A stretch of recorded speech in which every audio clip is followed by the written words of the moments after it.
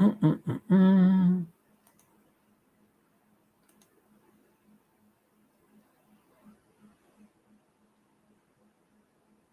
All right, ladies and gentlemen, you are watching Mike KO4 PDI. I am in the ham fun room here at my house, and I am about to speak with one of the best mentors I've ever had. He doesn't even know he's my mentor, but he is. He's a great salesman too, and I'll explain that in the future. But good old Mike K8MRD, K Murderer, who now changed his YouTube channel to Ham Radio Tube.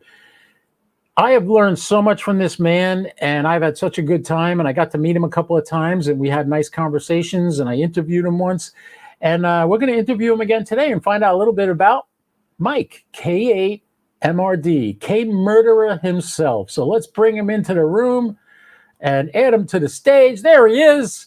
What's happening? Camera. Mike, thank you so much for coming. I tried to get Andy Cowley today. You're second fiddle, because I wanted to get Andy, but we couldn't click. I don't know if he's a little shy or whatever. He said he would do it, and then when I tried to confirm the time, he never got back to me. So I'm like, he'll be all right. He's a great follower. I'm surprised he's not in the live chat yet.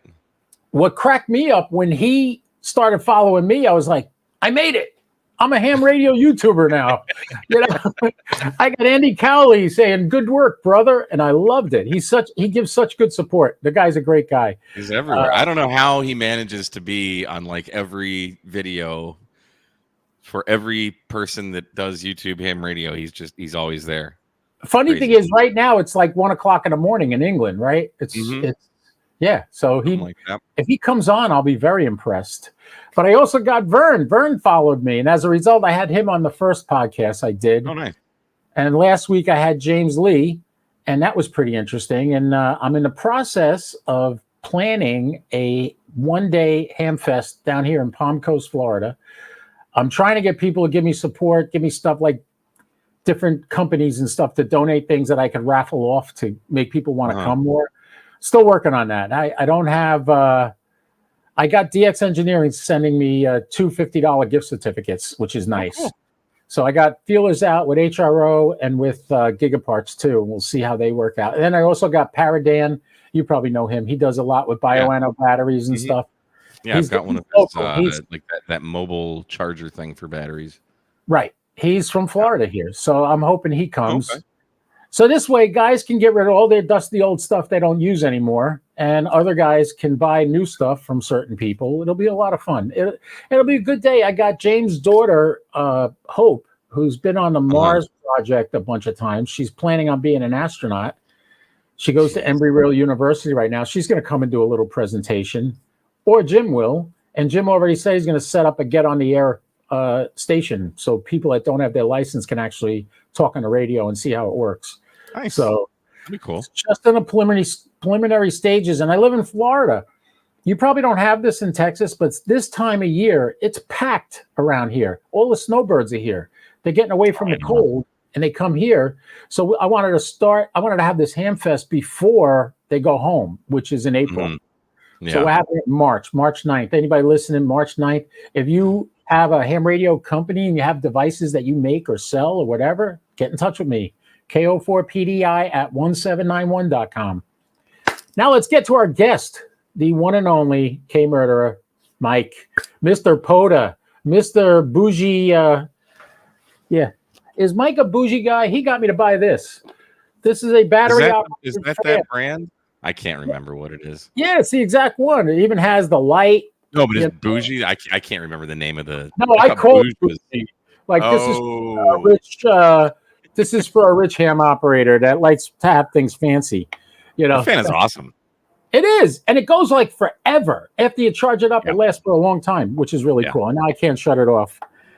It's getting faster. Oh God! Oh, there it shut off.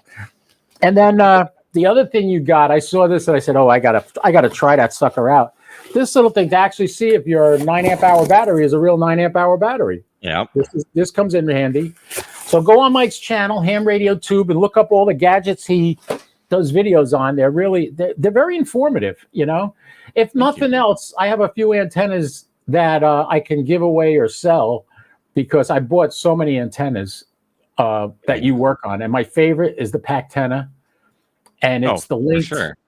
The link dive. Now, when you put that up, do you just? It has a link on it. I don't know if it's your 17-meter link that you created. Hey, KG2MM, how you doing? Andy's here. Andy's up late. Speak of the devil. We were talking about you, Andy. Thank you for coming. So anyway, that when you use that antenna, do you use two sections connected together all the time? Because it comes with two sections. Well, so when I created the first linked dipole, or NFED rather, like I'm totally taking credit for creating the linked NFED half wave because literally nobody did that before I did. Now everybody's making them, and I'm saying that as much as I can because I'm a big fan of giving credit where credit is due. So I originally made, when George sent me the first Pac-10 NFED half wave years ago, he only made it for 20 meters. It came a little bit longer so you could cut it down to where you wanted it on the 20 meter portion. But I had his linked dipole, and I liked the way he made the links, and I'm like, well, I want 40 meters. So I just ran out 10 meters of poly stealth wire, 26 gauge, and I texted George. I'm like, where do I get these little connectors and things? And he gave me the info, and I bought all that and made the linked NFED. So now I have I have a link for 17 meters as well. So I took off all of the poly stealth that George uses, and I put on the 26 gauge soda beams, the yellow stuff, because I want it to be high vis. I've got another one that's black if I want to be incognito, but I've got a whole box of right there is just full of NFEDs. There's like nothing but NFEDs in there. You did a video where you showed them all one time, and I was blown away. I've lost two of them. I have no idea where they are. So anyway, so to answer your question, usually I will keep all of the links on, but it depends on where I am. So like if I don't have a lot of room, or if there's not a lot of like a tree or something to lean the mast into, but I can still run it as a vertical, I'll take off the 40 and just run 20 meters as a vertical with a 10-meter mast, and it's like just enough length, like the transformer's like sitting on the ground, but all the radiating element is in the air, and it works great. Or sometimes I'll take off, I'll just leave the 17-meter link on. So just it depends on the situation. Usually it's either all on, or I'll take the 40-meter element off, because with the 20-meter I can still unlink it and get the 17 unlink. Yeah, I use it, and I leave the thing linked together. I've never done it separate. I've never separated them, but I've used it linked together, and I get 40, 20, 10, 15, and 10 on it. Yep. Pretty good. And then I have the Overkill, the Zygu XBA 125 connected to my 705. Like I said, it's Overkill. You could do a QRP. I did for the longest time, but then I wanted a little more power, so I added the Zygu because I wanted to I didn't want to switch to an 891. I have the ICOM, and I love the ICOMs. I got a 9700, a 7300, and now a 705. Yeah. And I didn't want to change. I was having a good time with the 705. So that's what I did. So I get 20, 40, 15, and 10, and it works great. But that amplifier gives me the ability to tune just a slight tune. It's not like a big tune. So I'm not losing half my power in the amplifier as it tunes, but it has a tuner in it. So I can run 17, and I've actually run 12 meter off that too.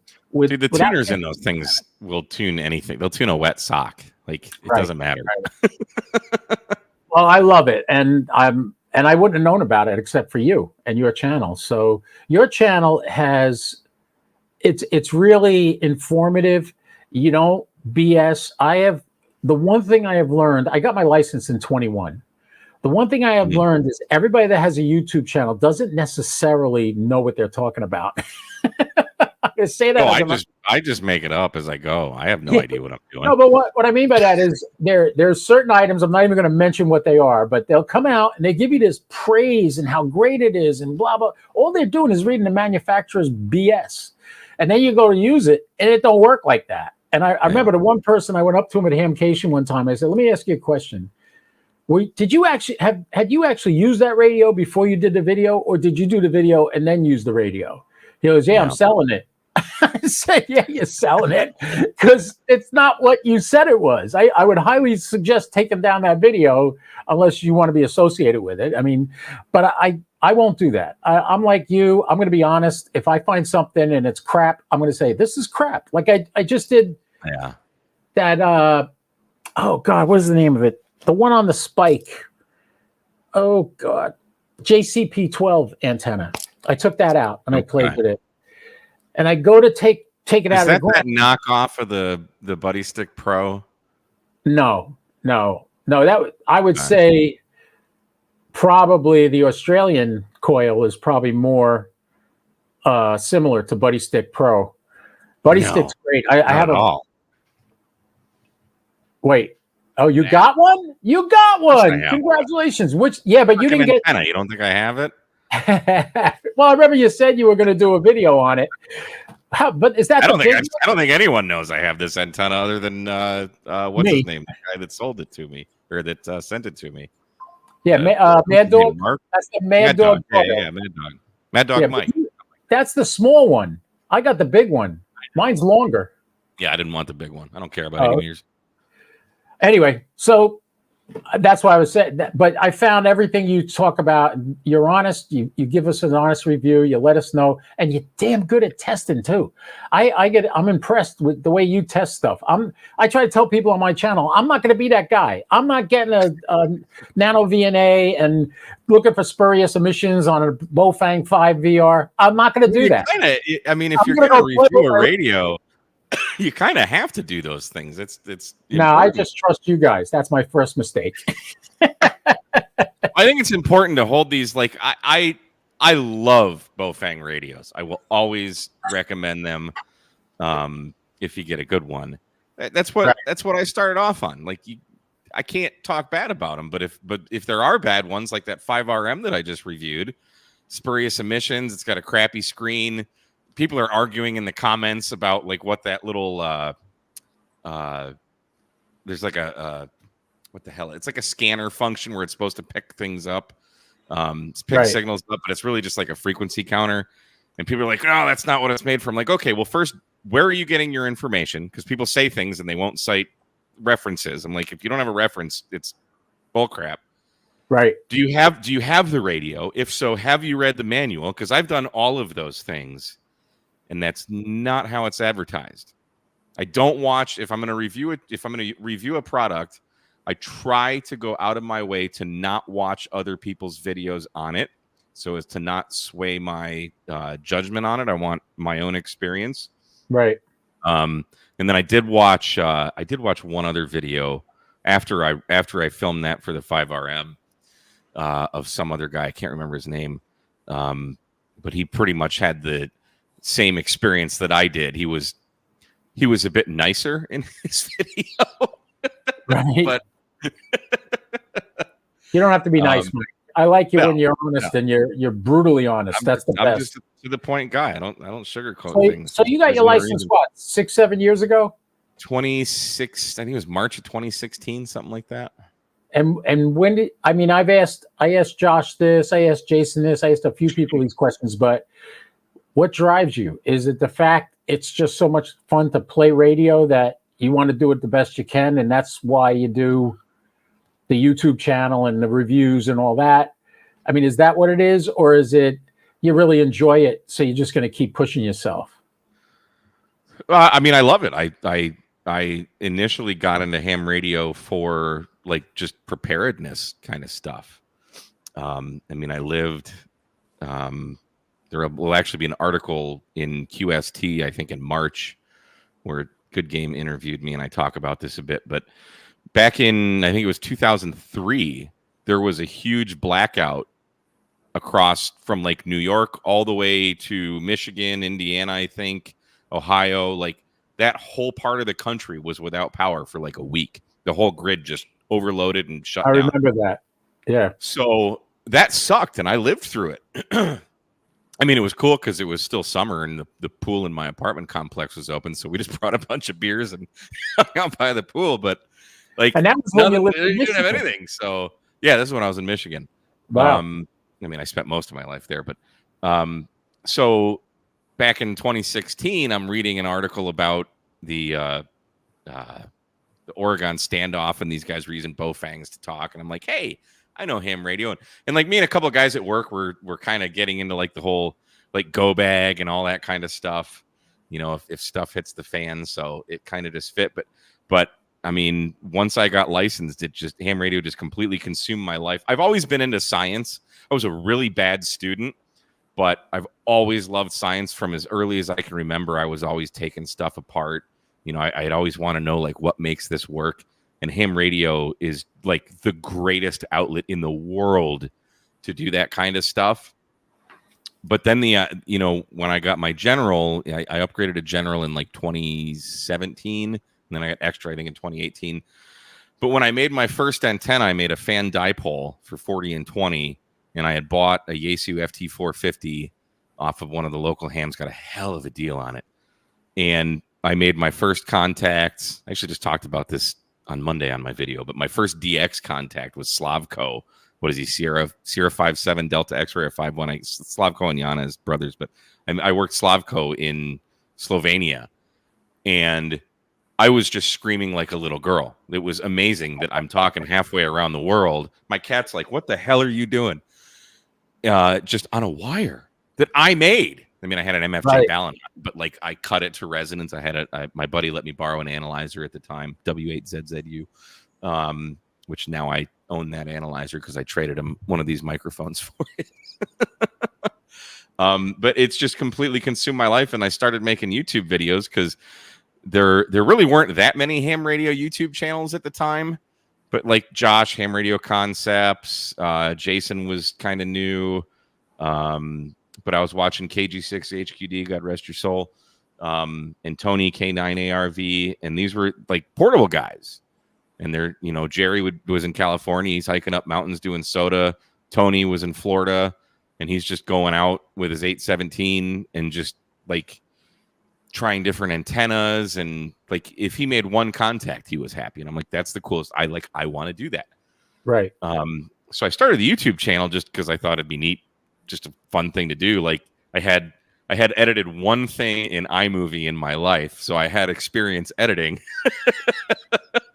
iMovie, yeah, crash edit. That's the best. I've done that too. I used iMovie up until 2 years ago. Everything was edited on iMovie. Right.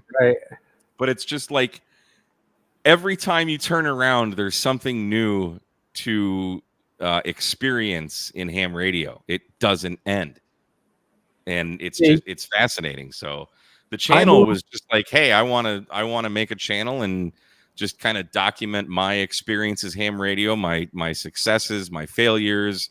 Obviously I'm really huge into antennas, so I love showing off antennas. And it just kept growing, and of course you're a millionaire now, right? You make $1 million a year here. I make less money now than I have ever in my adult life. That's the misconception a lot of people have about getting on YouTube and having a YouTube channel. They think you're making money hand over fist, and I'm like, yeah, not really. It's not. It's a little harder than it looks. But fortunately, so I lost my job of 18 years, like 6 months after I moved here, and I had like 14,000 subscribers at the time, I think. Wow. And I'm talking to my parents, and I'm thinking of just doing YouTube full time. Like I've got money in the bank. I have zero debt. Let's give it a shot. I'm like, I'm going to give myself 3 months.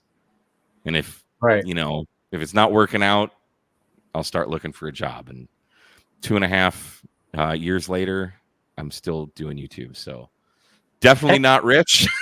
I make a fraction of what I used to make. Right. But it's taught me to be frugal. I am a minimalist. Like I don't need much. I have so much art and stuff when I move. I have not hung up, other than there's a Coca-Cola sign on this wall here. Mm-hmm. And then there's my I'm atheist, so it's funny, but here, let me pan this up here. So that's a Coca-Cola. I'm a huge Coca-Cola fan. And then that over there is my my ordained minister certificate. So yeah, you can go back. Where did you go? I'm still here. I put you on the whole screen. I should have done something like this or That's like that. I don't know. I don't know how to use this thing. You're lucky we're on the air. I'm lucky this is going out. People are seeing it. So yeah, like I don't need anything. You know, I don't eat out. I go to the grocery store and buy food, and you know, if I'm driving, I go to Huntsville State Park, or I'm driving down to Galveston. But I've started a company. I haven't done anything lately, but making the battery boxes. So being able to write off a lot of expenses helps with taxes. So yeah, I'm good, man. I'm good. I'm happy for you because it really benefited me a lot. I came here from New Jersey in 2012, and but basically because of the weather, I didn't want to have to deal with the cold weather anymore. I worked for a phone company before that. I climbed telephone poles in snowstorms. I smashed my thumb on a telephone pole one time really bad.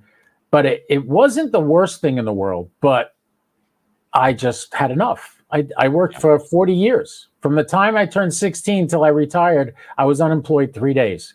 So it was nice to be able to say, hey, I don't have to work anymore. And I came down here to Florida. Well, my brother had been into ham radio since we were little kids. My neighbor had a giant 6-meter 3-element beam on his roof that rotated and screwed up our TV all the time. And every time he transferred, we get lines across the TV. That was when TV didn't have a cable going to it. It was antennas, you know. And but he really got into it. I'll tell you a story. When we were kids, my father, before they built the World Trade Center, that section of New York City was all TV repair shops. And my dad knew a guy that owned one. So he took us there one day, and the guy gave every single one of us a little tiny transistor radio. And I would turn it on WABC as a kid and put it under my pillow and listen to the Beatles as I went to sleep, which did not please my dad at all. But my brother Phil, now he was maybe 8 or 9. I come into his room that afternoon after we got back from the city. He's sitting there at his desk. He's got it all taken apart. And I'm like, Dad's going to kill you if you don't get that thing back together. He's like 8 years old. And it's just pieces of radio all around him, in front of him. But he ended up becoming an engineer in the future. And he worked HVAC for JP Morgan Chase and did a great job. But that's how it started, man. He wasn't afraid to get in there and take it apart. And he put it back together, and it all worked. He remembered how it was and got it all back together. Well, he got his ham radio license about 2002. He kept telling me I should get it. I was like, nah, I'm not going to learn Morse code. I don't want to hear that. Blah, blah, blah. Anyway, long story short, he's still a tech. I tried to get him to study for his general and get a general. He's like, let's try to talk on 10 meters. Well, when I first got into this, 10 meters was like nothing. There was nothing on it. Yeah. Now it's booming right now, but it's not going to stay there forever.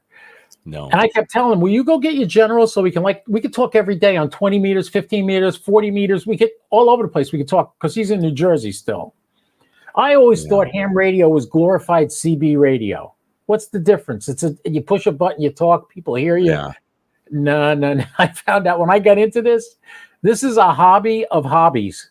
There's a million hobbies that you can do with ham radio. And I was like a kid in a candy store. I started buying everything. I bought things I shouldn't have bought. I spent money on stuff I shouldn't have spent money on.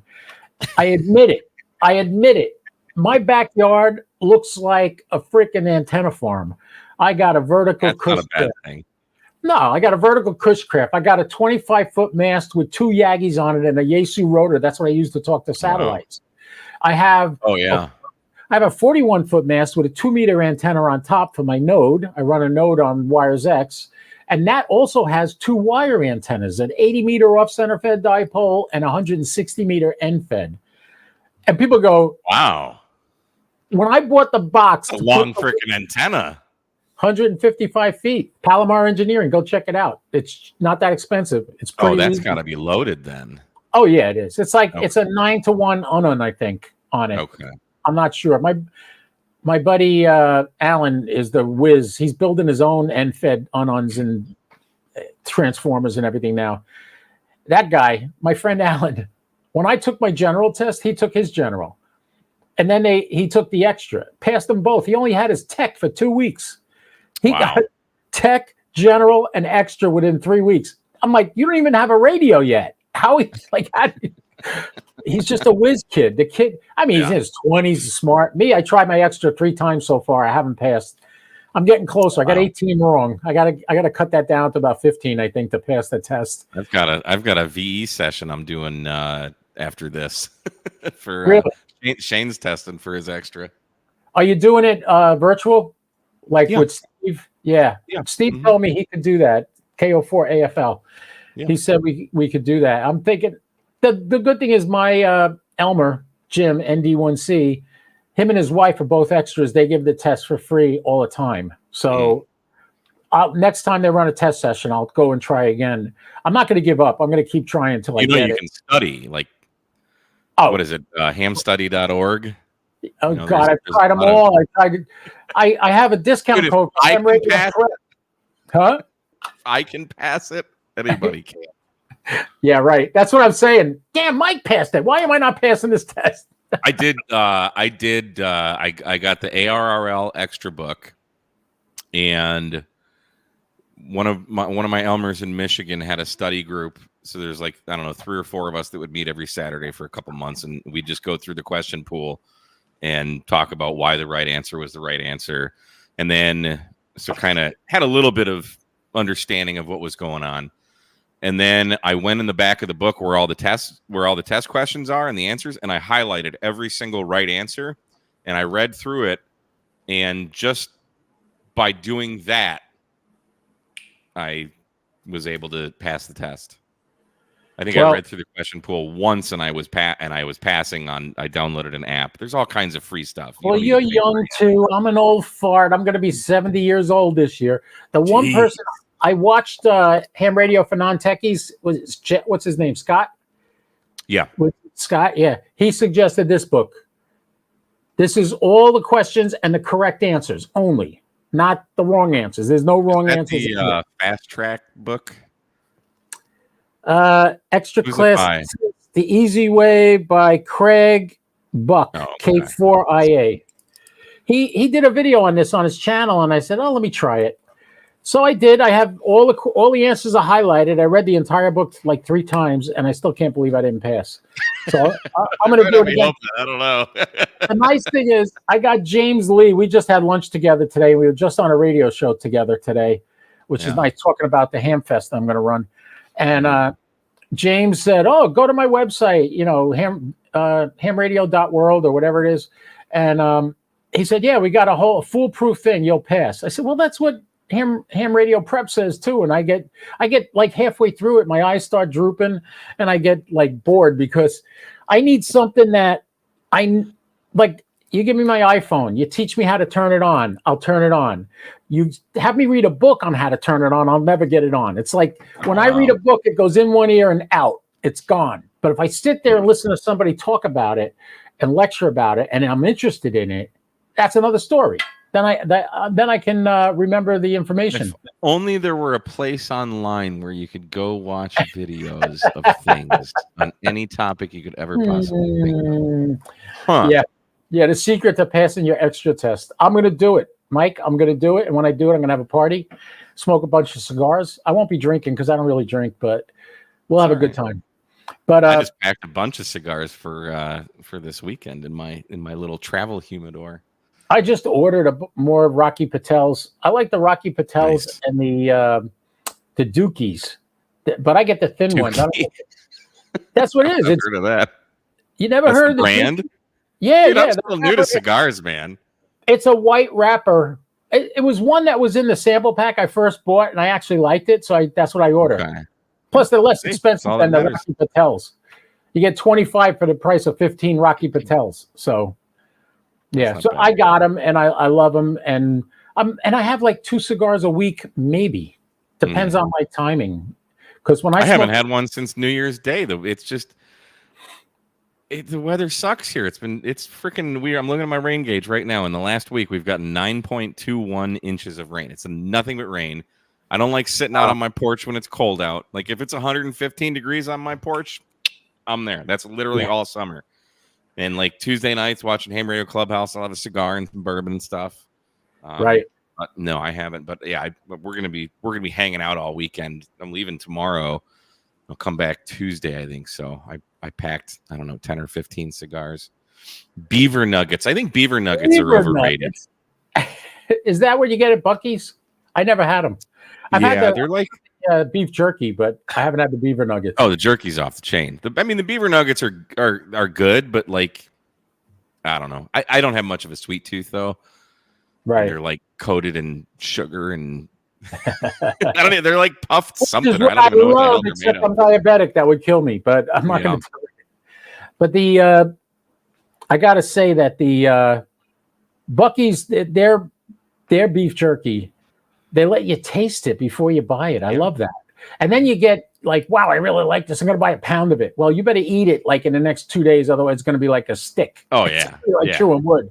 So what will happen with me is... Still good, though. I still do it. Your jaw is all sore. You're like, nah. The funny thing is I'll buy like half a pound and half of it's gone by the time I get home because Buc-ee's is 30 miles away. Yeah. Yep. Either way, if I go north, there's 130 miles north. And if I go south, like Daytona or St. Augustine, I'm right in the middle. So I love it. But anyway, you know what else I picked up that I can't thank you enough for? What did you pick up? This battery. Oh, yeah. The battery for that battery's awesome. It lasts me like 2 days. I shut it off now because my All-Star note is on there, and it never fails. Whenever I start doing a live, somebody starts talking on it. All day, nobody talks. And then as soon as I start doing a live, somebody talks. That's the way it goes. At home, what do you use at home? I'm guessing you got a 7610. You got a Yaesu HF radio? I actually own more Yaesu radios than I do ICOM. Yeah, I've got the so for HTs, I've got the FT5D, I've got the VX7R, and I've got the FT4X, whatever the hell it is. Okay. And then I have the I've got the 891 in the car with the ATOS antenna. Freaking love that antenna. I do too. I think it's great. I manually tune it. I don't let it tune it. You're working too hard, buddy. My first radio was a Yaesu FT450. There's no reason you should need to manually tune that antenna. Push the button and but it takes forever. I was talking to Roger. It's the same thing. You're pushing the button or you let it do it. It's only gonna raise up so fast. No. I talked to Roger. I don't care.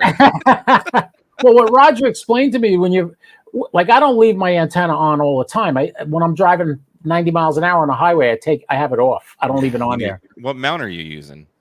I got the what is the lip mount, and it's on my hood because my car A400. The 400, yeah. My dude, I drive over 100 miles an hour all day long with that. And that thing doesn't do this. Nah, I mean it wiggles a little bit, but dude, that thing ain't going anywhere, man. Okay. I drive fast. Texas is huge. You have to. Yeah. You're not need to worry about that antenna. Same thing with the Tar Heel. I had the Tar Heel on my car for years with that mount. That Diamond K400 mount. Yeah. I actually just swapped one out because I had a Comet. I have a Comet VHF UHF antenna, and I had a Comet mount. My second one. Those Comet mounts suck. They rust out. Diamond K400. I just put another one on my car because I picked it up at Huntsville last year, and I just got to putting it on my car like 2 days ago. Yeah, I have two of those. I have the VHF, UHF on the right, and this one on the left. The problem is my car, I got a Ford Edge. The whole roof is glass. So there's no place to stick it, you know? You can't just put it on my trunk, dude. Works great. No grounding, no bonding, nothing. Just Yeah, I just put it on the hood. I don't have any bonding or anything on mine either. Yeah. I just put it up there. Hi, Sam Weaver. How you doing, Sam? Thanks for coming. Everybody that's here. KG2. Oh, look, he's got a picture of the Buc-ee's. Yeah, he's at Buc-ee's. Yeah. What a guy. He's topically commenting on our live stream. I love it. I'm going to have to stop by Buc-ee's tomorrow. I'm picking up Mike N8YO from the airport. He's flying in tomorrow. Okay. And there's a Buc-ee's not too far south of where, on the way to where we're headed. So it's really weird. The two ham radio clubs that I belong to or are local are not doing anything on Saturday. They're doing everything on Sunday. That's a bad club, man. Both of them. And I was like, why? And they're still having virtual meetings. I'm like, will you people get with the program? Why can't? And then it's something about they can't afford the rent. I'm like, there's no place that will give you space. I'm like, to have a meeting in have a person. regular monthly meeting. Yeah, there's got to be some place that'll let them come in. You know, if I had a place, I'd let them have a meeting at my house. So, oh, this guy KG2MM is in Jacksonville, Florida. He's right down the road from me. Good. That's my brother from another mother. Maybe I'll go there for a field day. Except Saturday, I got to go to a funeral first. You live and you learn. But yeah, so I got into it. I had a Yaesu 991A. The first radio I bought is your favorite, the Allowance HD1. And then the whiz kid from the St. Augustine Club came to my house and spent 3 hours trying to get it to work on a hotspot. And I'm like, this DMR shit sucks. I didn't like it. And my buddy Jim, when I met him, we go to lunch one day, and Jim says, come over to my house. I'll show you something. He's got an FTM 400 in his truck. He goes in 400, starts picking out rooms. You can go here, you can go there, you can do this. You can just switching back and forth. I'm like, that's easy. Like, I could do that. It's easy on DMR if you have the right radio. Right. And the Islands HD1, you can program it by the front panel, but it's a pain in the ass. So I just discovered this a couple of weeks ago with this. This is the Radioddity GD-AT10G. It's an Anytone 868 is what it is. Okay. But I just discovered I can change talk groups on this. I think you just long press the 0 button or something, and I can QSY to a different talk group. Done. Wow. No program. It's freaking awesome. Well, I've been meaning to make a video on that. My savior for DMR was the Open Spot 3 and the Open Spot 4. That makes it so easy. You just say, hey, I got a C4 FM radio. I want to go on DMR. I want to go to this room, talk group, boom. And it just puts it through. Yeah, I've not used any of those. I've just got three. I've got 3 hotspots that are just just running Pi-Star. Right. One's for Fusion, one's DMR, and one's for D-Star. And I don't use any of them. But they're on. They're sitting here. They're all nailed to my wall. Yeah, they're there. I have the All-Star node on my kitchen counter. I still need to get one of those. Jason keeps telling me he has one for me, and it's been like 2 years because I have a Pi 4 sitting right here doing nothing, and it's the All-Star for the Pi 4. I need to text Jason and tell him to bring that. I use the Sherry Pi, the one that was on Amazon. I got the little short USB cables to go between the two instead of plugging it directly into it. Mm-hmm. I have it Velcroed to the top of it, and I have the little short USBs going between the two. One's female and the other side's male, and it works great. But it didn't work Steve N8AR, the guy that invented that, it was in my club in Michigan, N8SL, the South Lion Club. Well, if you do decide to get it, N8PC is the guy to talk to. N8PC. Well, no, Jason said he has one for me. Yeah, last week we got it from Brad, because Brad's always on that All-Star node, and I talk to him every couple of times a week, and he does a great job. And I had a bugaboo in mind. The problem was I would go and try to get in, and every time I tried to connect, it would tell me connection failed, and I was like, "What's going on?" Turns out it's a story of my life. Yeah, on the All-Star page, I had an IP address in there that was supposed to be left blank, and I put the IP address in, and that was why it wasn't working. So once I fixed that, it like instantaneously came back, and it worked out great. So hey, Sam, saying hi to Andy. Hey, Andy, say hi to Sam. Oh, he said hi to Sam. I'm sure I'm gonna have all kinds of 4-letter words coming out of my mouth when I try to set that thing up. But, well, it's cool because I've used it. I was using Jason's when we were driving to Dayton because he just puts it in his car and tethers it to his phone, and we talked to Richard, the trucking ham on it, and it's you just put the frequency in your radio. You're just regularly analog radio, and you're off to the races. So I can't. I don't know how to change nodes or whatever the hell they are. I don't know how to do any of that. But I mean, I don't know anything about All-Star. Other than the All-Star is different than the Open Spot. The Open Spot, it's the same thing. You tune your radio to a frequency, and then in the Open Spot, you go in the software on your phone or on your computer, and you can program it. I have the Open Spot 3 set up to work with C4 FM, and I can take that and put it in my car, and it hooks up to the car Wi-Fi, and I'm all set. I want to do the same thing with the All-Star. I want to do that too, but Satan came to the game. Satan wants to say hi. You gonna Hey, come on the show? No. No, I'm just gonna. Dude, it was raining. I'm loading my car, and because he loves going outside. He's an indoor cat, but he loves anytime the door is open. He's like, I want to go outside. So usually, like if I'm out the side door, he'll go out and he'll just eat grass and stuff. But Sam's got a message I took this picture. Oh God, because it's so raining, cool. And he's like, I'm so sad I can't go. He won't go out because it's raining. You cat people drive me nuts. I got a friend's got like 15 cats in his house. I won't go see him. That's too many. I'm waiting for them finding him dead and the cats ate him. You know, I'm waiting for that to happen. They will. But so let's talk about APRS. The most worthless mode in ham radio, sure. And Sam was also happy to see Satan in the show. That was nice. Yeah. APRS, my buddy Jim loves it. And I'm like, didn't we get to touch screens so we didn't have to do that? If you want the A, you got to hit the 2 once. If you want a B, you got to hit it twice. I'm like, I can't do messages. Dude, I'll tell you what, man. Yesu's implementation of using it, they sat in a boardroom and for like weeks and figured out all of the worst ways to do anything. My true. God. It's true. I'm just learning the Kenwood 72H. It actually does APRS. And it seems much simpler than the Yaesu versions. But you still got to hit, like, if you want to see, you got to hit the button 3 times. And I'm like, that's old school texting, man. Really? My daughter used to be able to do it on a flip phone while she was driving. Yeah. She's doing this with her hand. That's like before predictive text, man. You'd have to AAA would get you C. That's bad. That's early 90s texting, man. That's the way it was. I think by now somebody put a keyboard on there or something. You would think with all the tech, we have rovers on Mars. We have satellites that are outside of our solar system now. And radios still don't have simple things. I think ICOM finally in the ID50 put USB-C in it. Yes. But like, come on, predictive text. The Yaesu FT5, the touchscreen on that, like, are you kidding me?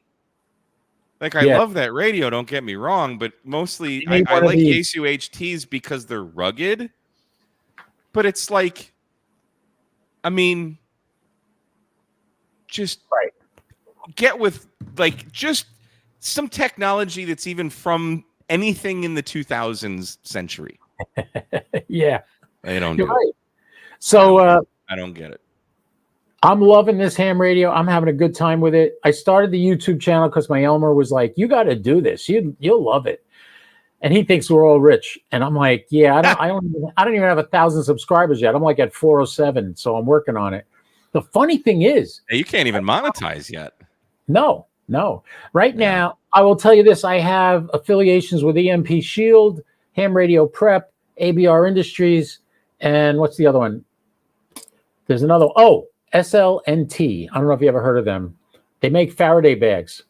So you can get a discount on the I just ordered some. When I get them, I'm going to do a review of it and talk about it. But they literally do Faraday bags, and it'll make your phone disappear if you put it in there. Nobody will know where you are. They can't track you. And they actually have a backpack. I forget how much it was. It was really expensive. But it's a backpack that every ham radio guy should have with a whole setup in there, and it'll protect you in an EMP. Because it's complete. My thing is, never in my life have I been like, damn, I wish I had a Faraday cage for my phone or my radio, whatever.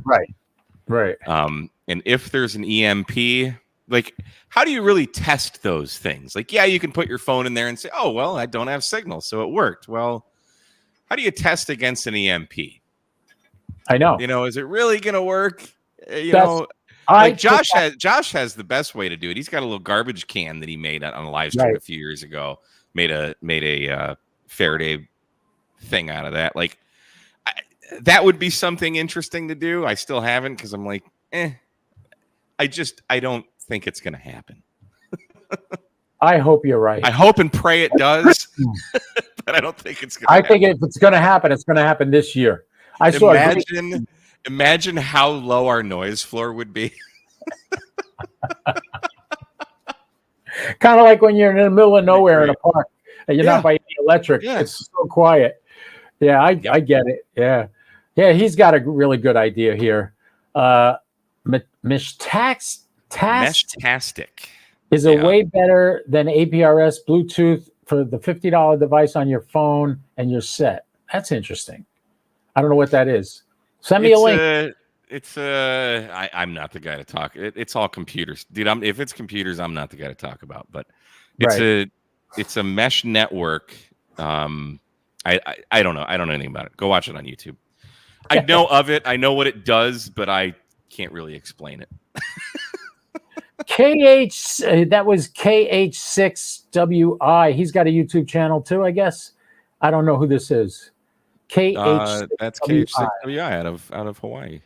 I've got his. I was just looking through my QSL cards. I've got one of his QSL cards. Yeah, King Henry VI, man. Damn, I'm making it out far. We had the maximum 11 people. The Ohana should give it away. Yeah. That's Hawaiian for family, I believe, because Fago makes Ohana Punch, and it's the most delicious Fago drink ever. Fago's like a Detroit soft drink company. You would know. Used to live there. Yeah. So what do you got on the horizon? We know Hamcation's coming up. I'll see you there. Yep. What else is going on? We got a new product. I just bought another Bofang. It was $8. Well, so I did a video that you say $8. I did. I'll be posting it Friday. I did a video testing the audio quality of a bunch of Chinese radios because, I always get in the comments, don't use those Chinese radios. They sound like crap. I'm like, okay, really? Well, here we're gonna load up 10 radios and listen to the audio, but they're all blocked out, so you can't see which one is which until I reveal them. I saw that. But there's 3 ASUS. Yeah, the patrons have it. There's 3 ASUS in there, so that'll be fun. But so during that test, there's actually a TID radio branded Bofang UV5R. It was the UV5R Pro. Just died. No clue why. Wow. So in a fit of anger, I threw it on the ground and broke it more. And then I'm like, well, because I have another question. Somebody asked me how to make a cheap repeater. So I ordered this Bofang repeater, sent it back. The thing's garbage. I literally just got it yesterday. But I have another way that's like, it'll probably cost you like $2 to do it that I'm gonna do. But I'm like, well, shit, I'm down. Whoops, sorry. Let me swear on your channel. I'm down a Bofang. So I went on Amazon. They're $18.50 for a UV5R right now. Like, oh my God. I had to. And I just put it on the Tiny SA. It's clean. $18, clean radio. But that 5RM puts out emissions, spurious emissions. So yeah, I'll probably do some kind of review of that just because it's an $18 clean Bofang. I bought that TID radio, and T.O. warned me. He said it might have some power issues or something.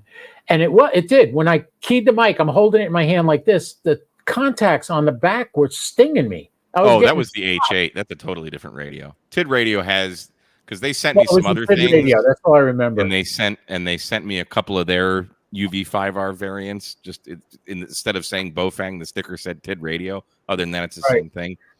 But that's the TID radio H8 that you're talking about. But that's a cool radio. But yeah, they did have some problems with that. And then I found out the Wushan that I have that I've used for satellites, that you could set up for GMRS. And I was like, well, it's just the way a Chinese radio you can't set up for GMRS? I don't know. But I bought this radio specifically because it was full duplex to use it for satellites. And then I found out. Which Wushan is it? Here, it's right over here. AV9G or whatever? It is the wrong glasses, my KGQ10H. This one. Okay. Yeah, I got the blue one. They come. That one's a little more expensive though, isn't that one like $150? This is a quad radio. This is quad band. It has 2 meter, 70 centimeter, 2200, and 6 meter on this. Okay. And I'm like, I like it. I mean, what I do is I program the satellites in. If you look on the white label, you can't read it. It's too bright. Oh, there you go. You can see the channels that my satellites are on. Yeah. So I just tune to that in the window. And the best thing is, this actually is easier to use than the Kenwood, because the Kenwood, you have to adjust the Doppler. So your transmit side stays the same. Yeah. And you just adjust your receive side. Most of the time, it's the 70 centimeter is your receive. And that's the one that the Doppler effect affects the most. So on this one, I can keep, it has 2 PTT buttons. So the one that I have the transmit frequency on, I use to transmit. And meanwhile, the dial can be on the other band and changing the frequencies.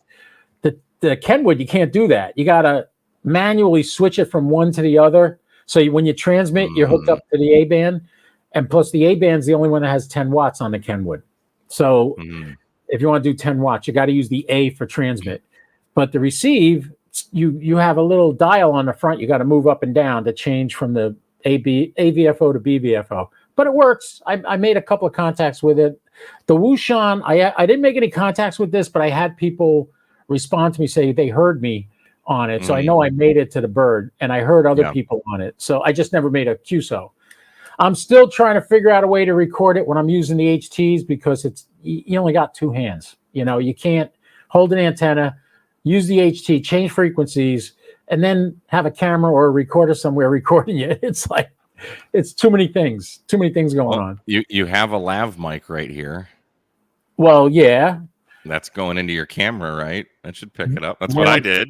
When I'm filming, yes. But if I'm just going out to do a satellite test without the camera, no, I'm not going to get it. But a lot of guys, there's a recording app on your phone that they'll just use to record audio. Right. I've done that. It's a little tough when I'm running the app to track the satellite and the recording at the same time. Yeah. It gets. I have a spare. Get the old tape recorder out and push the play and the record button down at the same time. The reel-to-reel one, you got a 7-inch or you got the 15-inch one? I used to work at a church. We had a quad recorder with a 15-inch reel-to-reel that we used to record stuff on and edit. Wow. We did a radio show and all that other stuff. Yeah. So I worked for Verizon for 37 and a half years. And in that time period, I had a ton of different things I was involved in. I learned how to do stage lighting. I learned how to mic things. I actually learned how to mic a drum set. Now, you being a music guy, you know that's not the easiest thing in the world. You know, you have to throw some mics around it, and well, no, I've mic'd up drum sets, but not well, I'm sure. If you think back, I started working with sound systems and stuff back in 74, and we had those Shure mixers that had 4 dials. You could plug 4 mics into it, and then you had a bus dial that went to the next mixer, and you bridged them all together. Oh, wow. You didn't have a nice console with sliders on it. You had to physically do it. So that's how I learned sound systems and how I learned how to do it. Yeah. Anything I'll you just would follow in the signal chain. Yeah. Well, that's the thing. I was in a singing group out of high school. After that, I got into working at a church on a radio show, being the announcer. That was fun. And then from there, the radio station heard me and they said, "Hey, we want you to work for us. This is all part-time while I'm still working for the phone company." I did all this. So I worked the graveyard shift on Saturday nights at this Christian radio station that was owned by a Jewish family that all they wanted to do was make money. So they put every charlatan in the world on it. I mean, I heard one guy, Reverend Stranges. Now, right away, that's a red flag for me. Your last name is Stranges, and I'm going to listen to you talking about God? I don't know about this. And when he said, and I heard this, and I was like, no, this isn't really. I'm a Christian, but I can't handle blasphemy. And this guy comes out and says, and of course, it's the Georgia Southern accent. "I want you to send me one thin dime. Tape it to a brown piece of paper, just like the Bible says, and mail it to me. I don't want your dime. I'll send your dime back to you, but I'm going to pray over it, and you'll be prosperous after you get this dime back." And I'm listening to this guy going, "You know, you're talking to the wrong guy about this, right?" Oh, what, you don't believe in a brown piece of paper and a thin dime? I believe in those two things, yes. Yeah. Because those what exist. I'm saying is I couldn't associate myself with this guy. So I told the radio station, hey, you want a tag at the end and you want something at the beginning, record it, I'll play it. I'm not going to use my voice to do it. And, oh, you have to. No, I'm not going to do it. You do it. So that's what they ended up doing. And then they fired me because I read Luke chapter 2 from the Bible on Christmas Eve. That's what they read on Charlie Brown. All right. That's okay on Charlie Brown. But I did it. They said, oh, you're proselytizing. And I'm like, no, I'm not. I'm just reading the story of Christmas. That's all it was. That's it. You're fired. I was only making $7 an hour. So who cares? That's not the very Christian thing to do. They weren't Christians. That's why. That's why all this stuff was going on. They weren't Christians. Long story short, it was a nice experience. 10 years later, they wanted me to come back. They begged me to come back because they were short announcers. Yeah. And I said, what are you going to pay? $7 an hour? I'm like, no, it's 10 years later. You're not paying me the same thing you paid me 10 years ago. I told them to kiss off. But it got me experience. Then I got into, when my daughter was little, well, I guess probably around 93, I got into magic. And I started doing magic shows. I mean, I played Atlantic City. I did nightclubs in New York City. It was a stand-up comic magic routine. I had such a good time with it. It was great. But it's a lot of work. And I had the blessing / curse of having a day job that paid me a lot of money. It gave me the ability to do all these things, but I couldn't jeopardize that to start a career as a stand-up comic magician. So I kind of backed off, and then I retired. And since then, when I first got down to Florida, I tried building a clientele. And this year, I actually turned down, if you're ready for this, they wanted me to do it. NASCAR wanted me to perform at their Christmas party. Really? And I turned it down because I'm out of practice. I haven't done a show in a year. Yeah. I'm rusty. I turned it down. I gave it to somebody else. Let them make the money. And I was really proud of myself that I didn't have to do it. Like in the past, I would have killed for that gig. Yeah. Because I love NASCAR. I love magic. But I'm not there. I'm 70 years old now. I'm starting to get to the point I just want to sit and relax. I just want to enjoy my radios, do FT8 till 3 in the morning. And that's it, I mean, how many times have I chased you doing a POTA? I get you on FT8 because I had you in Ham Alert. I kind of backed off now. I'm leaving you alone. Now I'm trying to get that. No, I take them all, man. Don't matter. Yeah. Well, I loved when you hunted me when I was doing Parks on the Air. That was cool. You were flipping through. I guess you were just flipping through the dial. You heard me and you came back, and I was like, "Hey, it's about time." I think that's exactly what happened. Yeah. Yeah. So anyway, that was me and Ryan. Me and Ryan were doing a POTA. We were tuning around, just hunting before we were activating, and there you were. I was like, "That's Mike." Yeah. Well, the funny thing is, I in case of full disclosure for everybody watching, if you watched Mike's last Mailbag Monday, that was me that said, "Tell me about nets," because I wasn't trolling you. I'm trying to make people aware of why we do them and why they're important. We have nets. I was running a net down here for 2 years. If I got 5 people, I was like, great. And then I go and I hear Old Miss or I hear something else, and they got 50 people on there, and you're watching it on NetLogger. I'm like, why aren't people down here? What's going to happen? You got all these preppers that are buying radios. And when the shit hits the fan, sorry, I cursed too. Now we're even. When it hits the fan, none of them are going to know how to use anything, and they're going to come to us and say, by me. I don't know how to use this. I'm like, nah, that's okay. You can figure it out. Nope. Nope. Don't be coming to me. I am prepared. You call yourself a prepper. You don't know how to use your gear. That ain't my problem. That's a you problem, buddy. Yeah, I know. Anyway, Mike, can you believe it? We've been talking for about an hour already. Yeah. It went by fast. Quick. I like talking to you. You're a regular guy. I appreciate everything you do at Ham Radio. And I'm not a regular guy. I am a lord. Yes. Don't laugh. I bought that for my daughter and her husband. So he's a lord and she's a lady. And they got. But I was given it by a proper Englishman. So you can order it from established titles. I know all about it. A little piece of land this big in Scotland. You don't own anything. You own nothing. And I'm pretty sure it's not actually a legal title. Well, they say that was a big scam because like a lot of big YouTube channels were promoting that established titles thing, and then it turned out to be a big sham. But doesn't matter. I got a DX Commander shirt that says Kate MRD on this side and says Lord on this side. Callum he's good. Yeah, that was my Christmas present. And then he sent me another DX Commander expedition. So I've got like 4 of them now. Yeah, I don't have one of those. I need to put it together. Someday I'm going to have one. I don't have one yet. My biggest thing holding me back from that is the radials. How many radials am I going to have to put in my backyard? Or will I ever be able to cut my grass again? That's the question. You've clearly never watched a DX Commander video.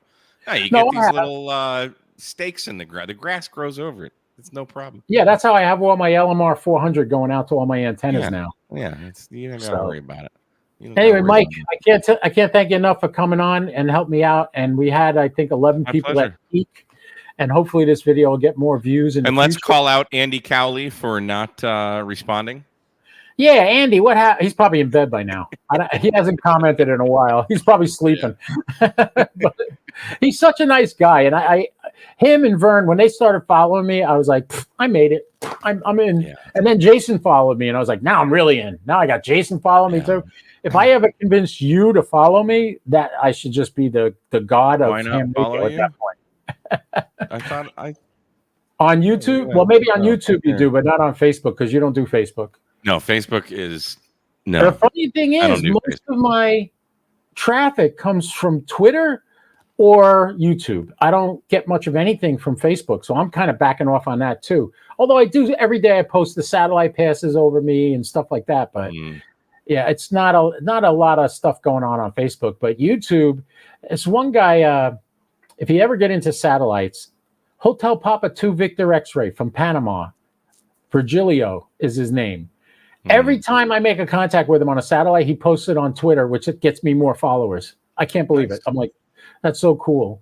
So yeah, I don't really care about followers on. I mean, I'm only on Twitter, but it's just every now and again I'll post something on Twitter. But I've started more like if I want to post something, I'm like, hey, I want to post on Twitter. I'm actually not, and I'm posting in the community tab on YouTube because like. This is my job, so I might as well, like all my followers on YouTube, I might as well give them the goods and not. I mean, I don't even know what I have on Twitter. I have no clue. But YouTube is what I do. So I'm just gonna, I'm trying to get. Facebook is garbage. It's the most toxic place in the world. Twitter's kind of becoming that. It is, and I can block and delete comments and stuff on especially YouTube. This year. Oh God, I can't wait till this year is over. It just started and I'm already waiting for the end because it's just going to get absolutely nuts. It's going to get crazy. Everybody says that all the time. Ain't nothing going to happen. Don't worry about it. Die when you die. When you die, you're going to die. Well, that's do? Hey, it's got me pray. I know this isn't your thing, but I pray to Jesus every day, saying, "Hey, come and take me. Good time right now. Come and get me." Still doesn't work, does it?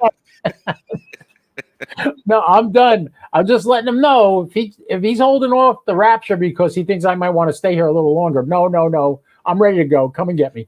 He's not, because it doesn't exist. See, don't talk religion to me.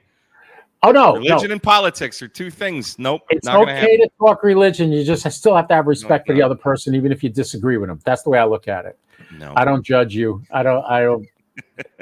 I look at it this way. My God, he's so good. If he tells you what he told me, you'll then believe in him. But you don't have to worry about that right now because you don't. And that's okay. I'm not judging you. But anyway, my cat's name is Satan. Yeah, but you're not a Satanist. Come on. No, you're a nice guy. Garbage. It's all fairy tales. Nothing. Well, listen, Mike, thank you so much for coming and being in my podcast. Next week, I got to ask somebody else to be a guest. Maybe we'll try Andy again. I don't know. I'm not going to bet. I'm not going to put money on it. I even told Andy, I said, you want to record it earlier? We'll do it earlier.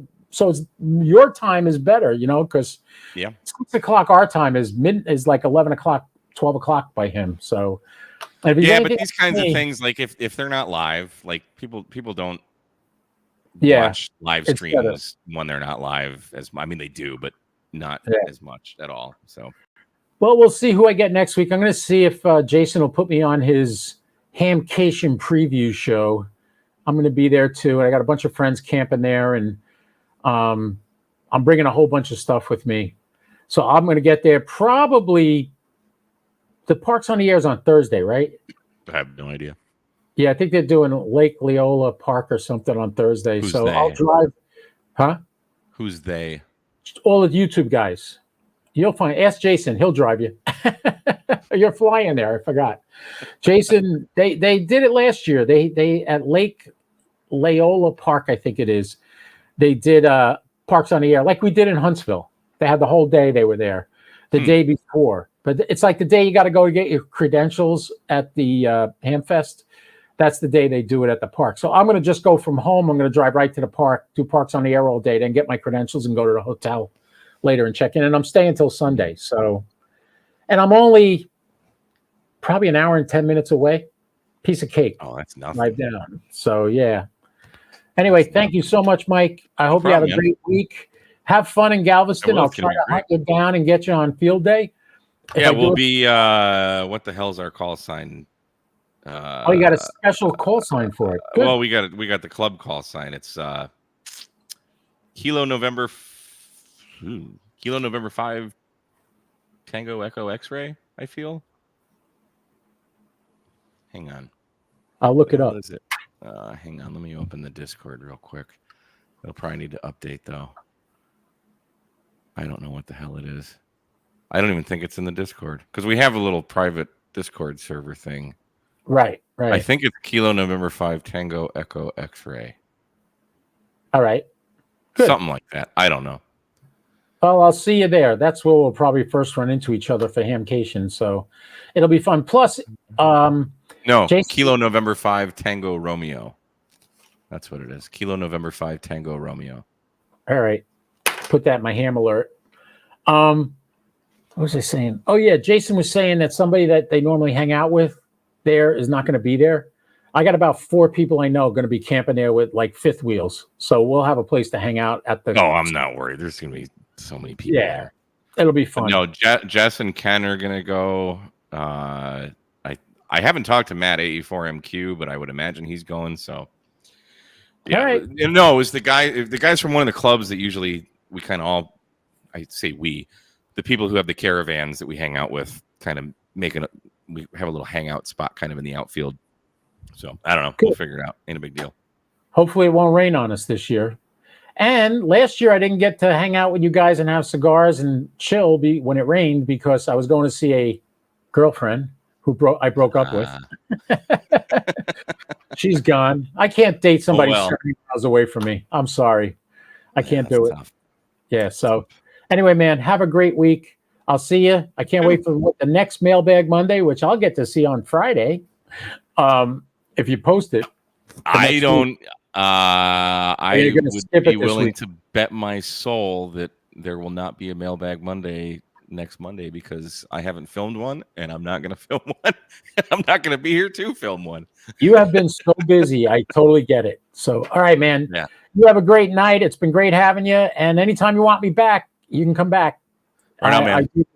I do it every week now. So, just an hour because I think Kyle goes on now and does some stuff too. I don't want to interrupt him. I checked with T.O. before I picked the time for this. So what time and day is it? Oh, it's 6:00 on Wednesday now. Huh. It's 7:00 here, 7:09. Thanks, man. You have a good night. All right, brother. And, take care. I'll see you. Bye, everybody. Ladies and gentlemen, that was the famous Mike K8MRD, K Murderer. And I enjoyed talking to him. And we did an hour and 8 minutes. So it was good. I hope you guys enjoyed it. Jacksonville Club Call, let's see, is going to be November 4, Juliet Alpha X-Ray. That's cool. I might just get them. All right. So, hey, you guys have a good field day this weekend. Saturday and Sunday, 2 clubs by me that I go to and I patronize. None of them are doing anything on Saturday. Can you believe that? I don't understand, but whatever. I'm going to go have fun with Ham Radio. So you guys take care. Every week, 6:00 on Wednesdays, Eastern Standard Time, you will find me here with another guest next week. We'll have to work on that and see who we're going to get. In that case, folks, have a great day. KO4 PDI 73. Catch you soon. See ya. I know I'm still on. I know. Take care, everybody.